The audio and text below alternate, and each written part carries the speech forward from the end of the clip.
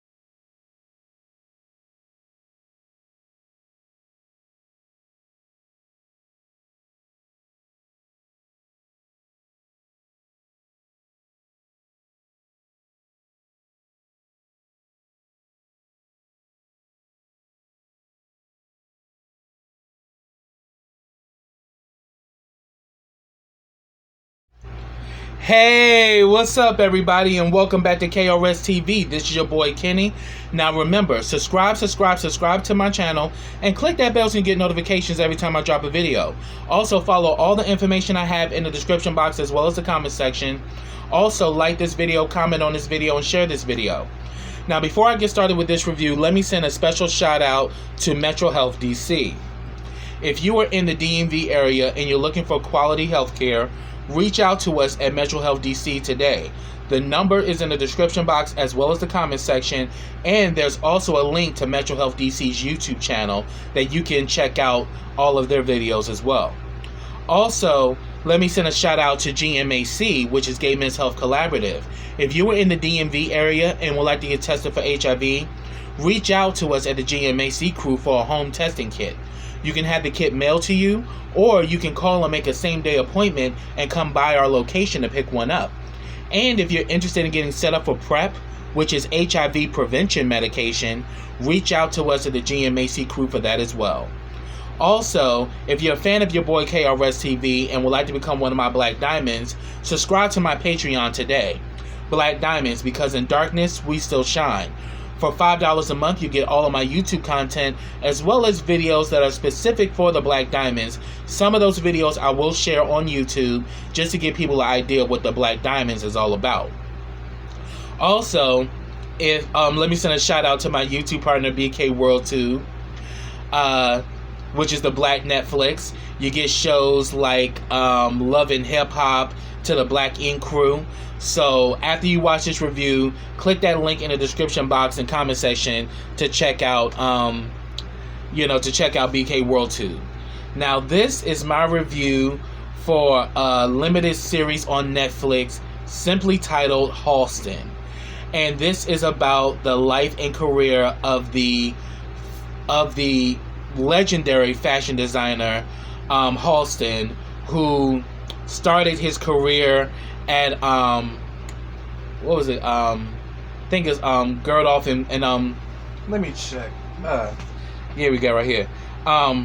Bergdorf and Goodman as a hat maker, and as a matter of fact, he's actually historic because he actually created the actual hat that Jackie Kennedy wore at the inauguration back in 1961, and that began to put him on the map.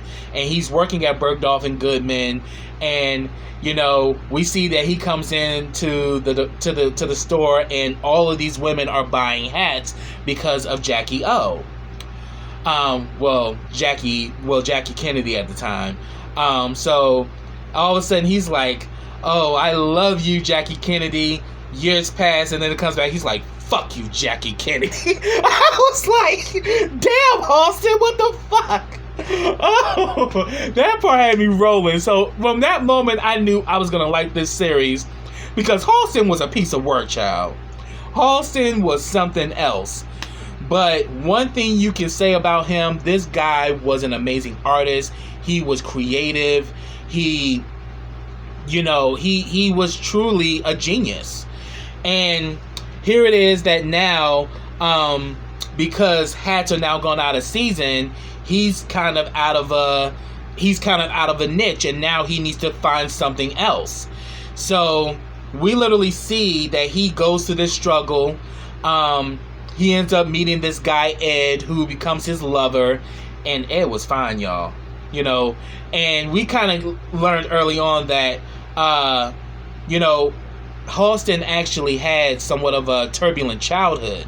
You know, his father was physically abusive towards his mother, and what he would do, you know, to cheer his mother up, he would actually make hats for her. And that's where he got his start. You know, that creative gene was with him even as a child. And it followed him up until his adult life. But sadly, so did the trauma, because it led to him having very difficult moments throughout his life and throughout his career. And we literally see him deciding that he's gonna, you know, become a mogul in his own right. He's gonna design, you know, dresses for women, and he's gonna make a name for himself. And we literally see him go through the process of that.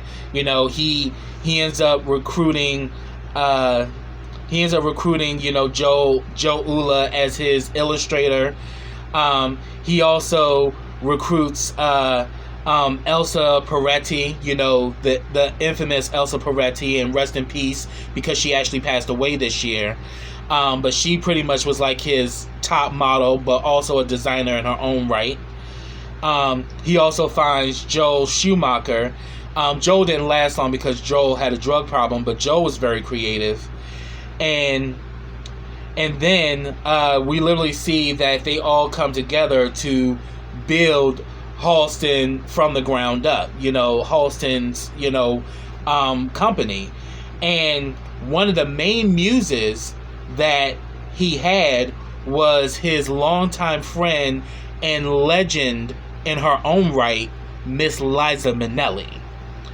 And we see that, you know, we see him when he meets Liza for the first time. You know, she's doing a rendition of Liza with a Z, not Liza with an S.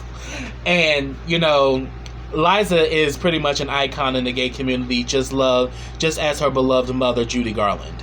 So we're seeing that Liza is pretty much in the same space as Halston. She's trying to create a name for herself. He's trying to create a name for himself. They're trying to be their own individuals. And they literally spark a lifelong friendship. And, you know, she was one of those people that was his muse. You know, he began to change her look. I mean, when you think of Liza in the 70s, I mean, Liza was fashion ready. Halston is the reason for that. As a matter of fact, they even shared in the movie that when she did the film Cabaret, which she won an Oscar for, she had issues with the costumes, and Halston was the one who kind of alterated the costumes so that she can sing and she can dance and she can really bring out the character of Sally Bowles. So we literally see that her and Halston have a very deep relationship, and we literally see how after you know, Halston goes through different trials of doing these fashion exposés, and you know, eventually he starts to make a name for himself, and he ends up getting a lot of these rich socialites to invest in his company. And you know, he created like the ultra suede coat, you know, and those sold like hotcakes.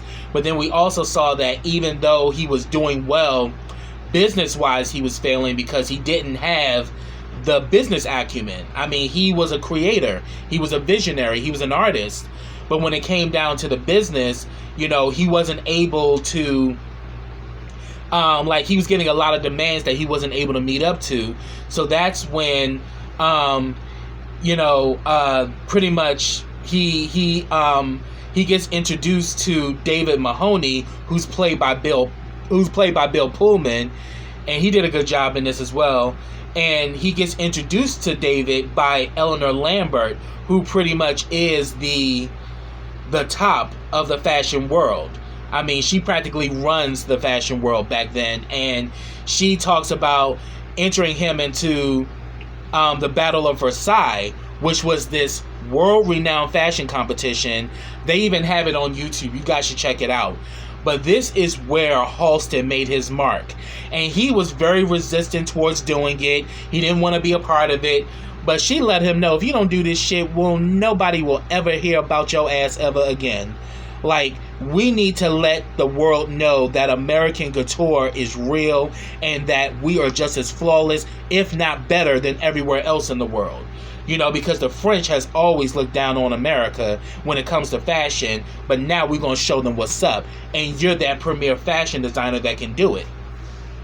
So it was in this process that he meets David Mahoney, I'm sorry. And David really is pressing with him that he wants to be in business with Halston and help him to have the stability he needs so that he can continue to create and continue to develop looks and everything like that, while he, manages the business side and making sure that, that supplies, that demands are met and all of that. And at first, Halston was resistant. And we come to realize one of the reasons is because he's very guarded because of his turbulent past. And we see that he constantly wrestles with this. So while he goes to, Paris, I actually went to Versailles. Versailles is everything. I mean, I literally loved walking. I can honestly say I actually been to Versailles and I actually walked the palace. It's everything. It's literally like, I mean, being there, you're literally gagged of the beauty and the just luxury of that place. And pretty much he's there to face off with some of the top designers like Anne Klein, Oscar de la Renta, Stephen Burrows, and he's the American he's pretty much the American representation of fashion. And we see that the French really have no respect for him. They completely blow him off. At first he thought he was closing the show, but later on he finds out that Oscar de la Renta is closing the show. And Liza Minnelli, he asked Liza to come with him, and Liza was going to be a part of his show because she was going to perform. And of course, he had his salon of models that was going to be modeling his looks. And then we literally saw at Versailles, this is what made Halston world renowned, because his looks and everything was just so unique. It was innovative. It was something that was never done before. So he wowed everyone at the Battle of Versailles, and that's what really put Halston on the map. And this is when he also decides to sign with David, but the thing is, he signed away his trademark, which is his name. So therefore, David's company owned the name Halston, but David and Halston actually had a very good relationship. They would come to blows though, but he respected Halston as an artist. And we see that not only does he become very big in fashion, but he also becomes very big in the world of perfume. And I used to have his cologne, and it was something about the Halston scent, because when I was in high school, I was very big on colognes. I literally had my dresser drawer which is filled with colognes from left to right. You don't believe me, ask my brother, he'll tell you. You can ask my mother too, because I loved cologne. And one of my favorites when I was like in my early 20s was Halston. It felt good when I would walk into a place and people say, "Oh, you smell good. What are you wearing?" Halston. It just did something for me. Like, so I definitely have always been a fan of Halston, and I definitely remember watching his E True Hollywood Story, because also this movie kind of reveals some of these things about his personal life, how he liked kinky sex. Like, he liked sex at like restrooms and in the park and stuff like that. He was kind of like a night crawler. He liked to have sex with random men, but he definitely had a type. He liked exotic men. men who are black and men who were exotic, because we see that the first guy he dates, Ed, is actually a black man, and then he later on, starts, starting up a relationship with this street hustler named Victor Hugo, who was Venezuelan, and Victor was an artist too, but we see that whole relationship was just toxic, left and right. And the thing is, both of them, will have their own liaisons, sexual liaisons in their own right. And Victor, we see, kind of latches onto Halston because he wants to use Halston to catapult his career. And also, we know Victor as being an artist that worked with, dang, his name was just on the top of my mind. It'll come back to me.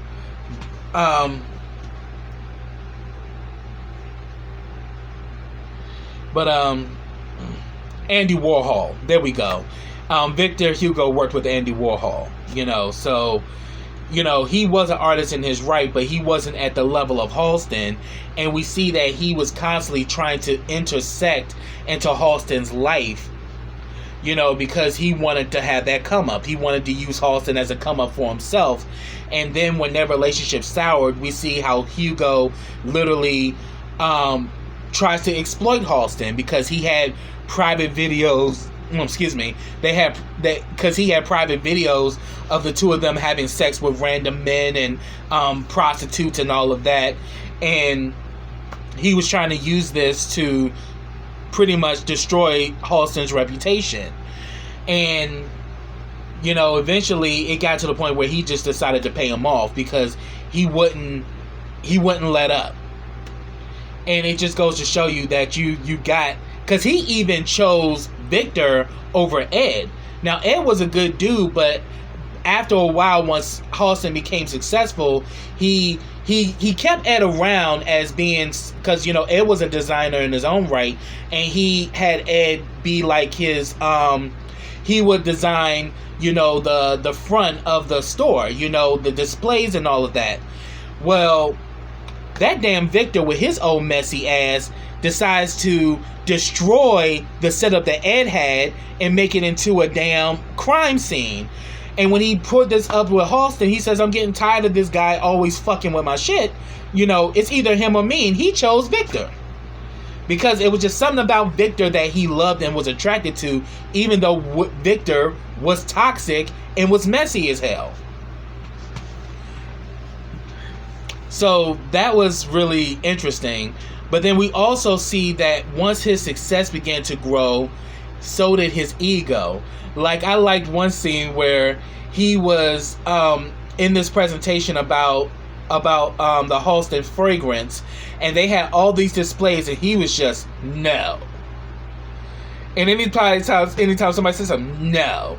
Then he went to the displays and was like, no, no, no, no, no. Halston, can we talk? No. I was cracking up. I was like, oh, check this bitch out. Like, he's just not taking shit from anybody.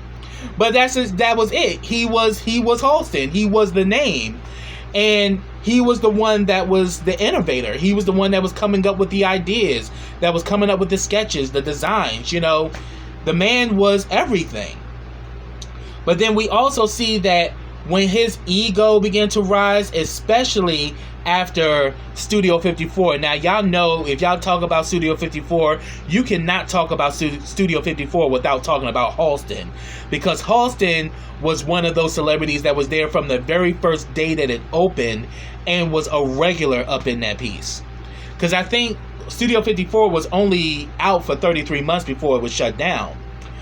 But we see that Halston was a figure there. Him, Liza, Elizabeth Taylor, some of the big names, Diana Ross, some of the big names were, Truman Capote. They were big names at Studio 54. I mean, as a matter of fact, I'm a huge fan of Studio 54, even though it was way before my time. But I was always intrigued by it. So any documentary or any literature or anything that involves Studio 54, it always intrigued me. But it also intrigued me how with the rise of Studio 54, cocaine was being passed around like candy. So he developed a very addictive cocaine habit where he was literally doing cocaine even while he was at work. And as soon as he had like a little dish that he would keep cocaine in, and he would send his assistant to go to get cocaine, and she would fill it back up, and they literally would be doing cocaine all day and all night. So he literally was running on cylinders, high all the time. And then we started to see how the drugs began to take over his life, and he began to shun away the people that actually helped him to get to where he is. One being Elsa, the other one being Joe. They were with him when he didn't have anything. And after a while, he began to, push people away that really had his best interest, and we started to see how this began to crumble. Oh yes, and I didn't even realize that the guy who played Joel Shoemaker was Rory Culkin, Macaulay Culkin's brother. And I just was looking at him, and I was just like, he looks so damn familiar. Him and his brother definitely resemble each other. So Rory Culkin actually played Joel, who was the designer that he started with in the beginning, but he had a drug problem, and Halston ended up firing him. But yeah, we started to see how after a while, the drugs began to take over, and then we saw that David Mahoney was, pretty much David Mahoney had a publicly traded company, and he was trying to make it private.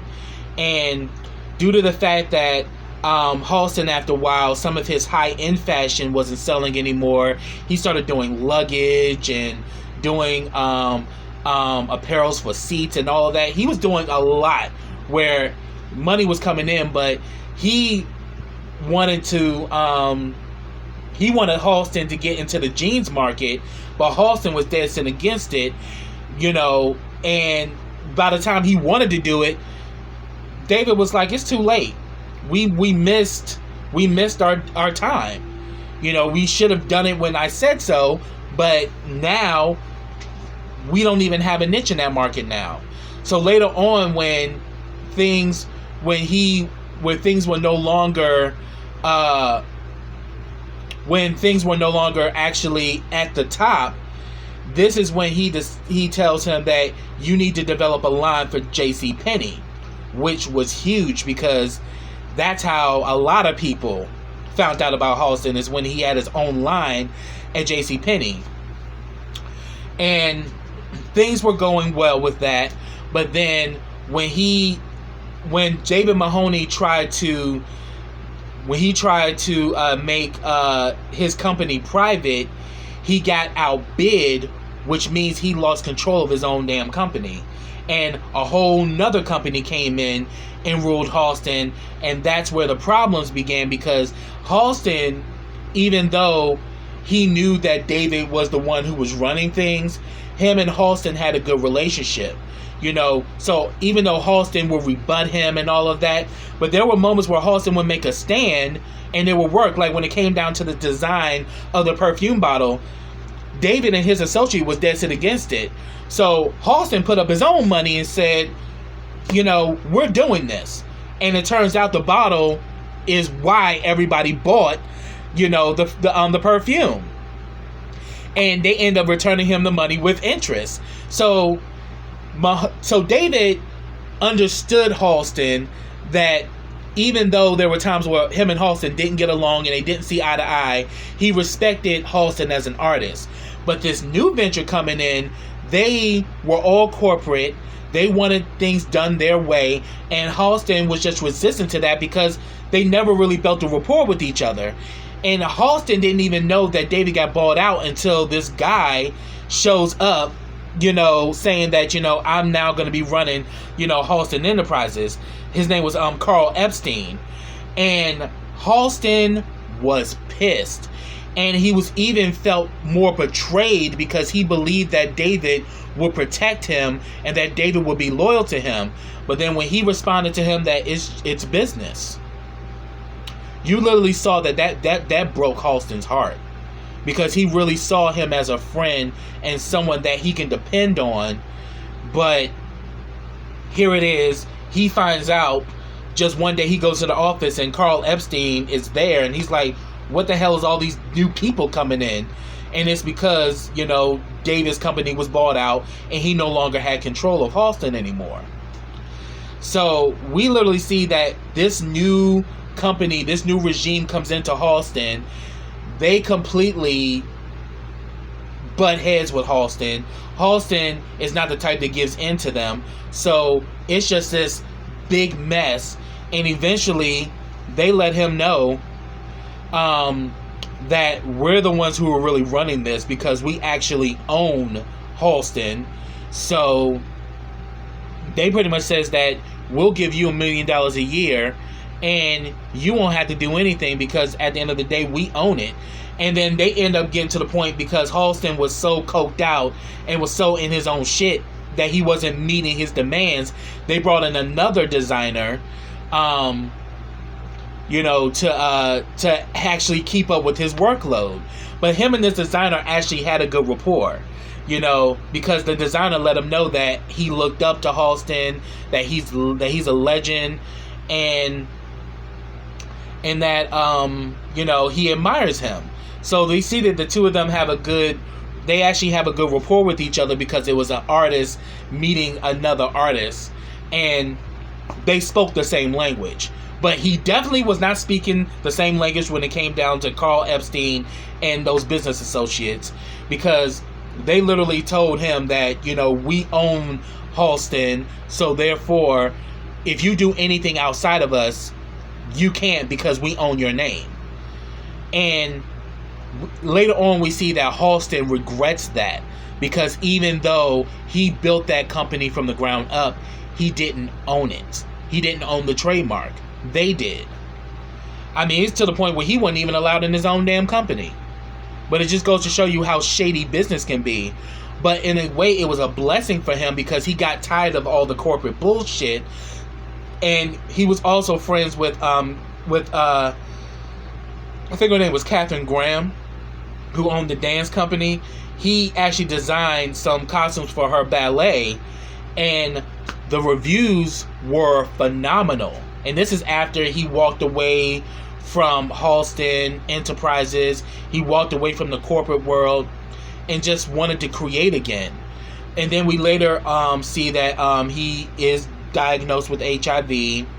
And even as he died, they said it was liver disease, because, you know, he didn't want the stereotype of being a man with AIDS. But definitely, I think he got it from, you know, the fact that, hey, that was the lifestyle. Everybody was having sex with everybody. This was the days of Studio 54. You can have anybody you want to when you wanted it. There was no fear there. It was like, you know, it was like free sex and free love. But when AIDS came into play, it really took a lot of people out of here. Like, people were dropping dead like flies. And we see that Victor, we find in the series, was the first to get diagnosed. And the nurse had told him, you need to give a list of all the people you have sex with. He's like, oh, I'm gonna need another list, baby, because I fucked everybody. And everybody he did, because at one point he was an escort. And in a way, he knew of all of these, you know, men in the field or whatever. Like, he would cruise the bathrooms, you know, pretty much like Halston did, you know, and, you know, they would just find random men to have sex with. And, you know, at the time, you thinking that it was never going to be a danger, but sadly, due to the fact of HIV and AIDS, it literally took a lot of good people, you know, it took a lot of lives, you know, which is why World AIDS Day is important. And definitely Halston is a part of that video that I do for World AIDS Day every year. Because I'm due to the fact that I'm in the field of public health, I stress not only do we remember those we lost, but then also realize how far we've come.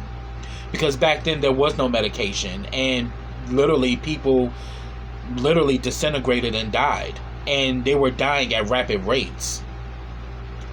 And Halston ended up passing away from AIDS in 1990. And we literally saw, you know, how even as of today, his name still has resonance. You know, Halston is still beloved. He's still celebrated. And he's truly an icon. So that's what I have, everybody. If I missed anything, get down in those comments. But definitely check out this series if you haven't seen it. It is a remarkable series. I think it really shows Halston at his peak, but then also at his lows. But then it also shows his resurgence. And I think that was most important. That when it really comes down to art, it's not about money. It's about creativity. It's about love. And it's about beauty. So with that being said, until next time, everybody, take care.